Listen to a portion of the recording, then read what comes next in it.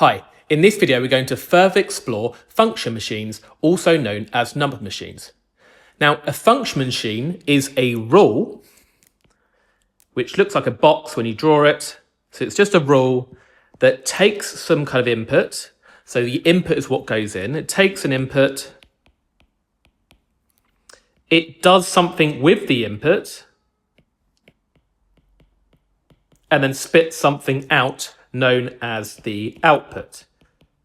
So this function machine is this kind of mystery thing in the middle that's doing something to the input to spit out an output. Now, in this video, we're going to kind of recover function machines again, but when we're involving fractions, decimals, and negative numbers as well, which hopefully you've covered by this point.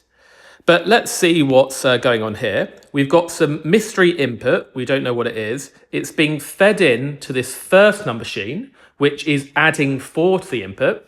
Then it spits a number out.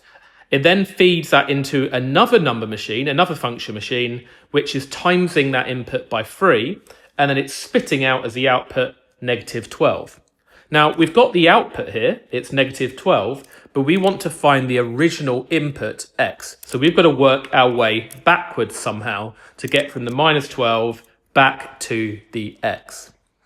So let's start with this negative 12.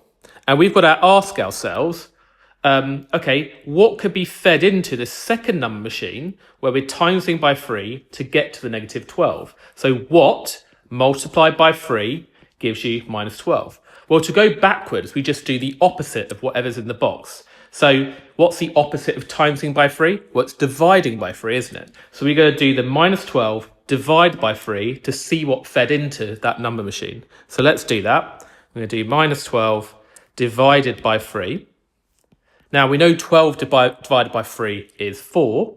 But if we have negative divided by positive, remember that gives you a negative number. Negative divided by positive is negative, so we actually have minus 4. So you therefore know that it must have been minus 4 that fed into this number machine, because minus 4 feeds into here, minus 4 times 3 gives you minus 12. And now we need to work backwards again to get from this minus 4 back to the x. So again, to go backwards, we do the opposite of whatever's in the number machine, the inverse as we call it. So what plus 4 gives you minus 4? Well, we can do the opposite of this, which is to subtract 4. So we do minus 4, we subtract 4, and we get to x. So let's do that. We have negative 4, and we subtract 4. Negative 4 subtract 4 is negative 8.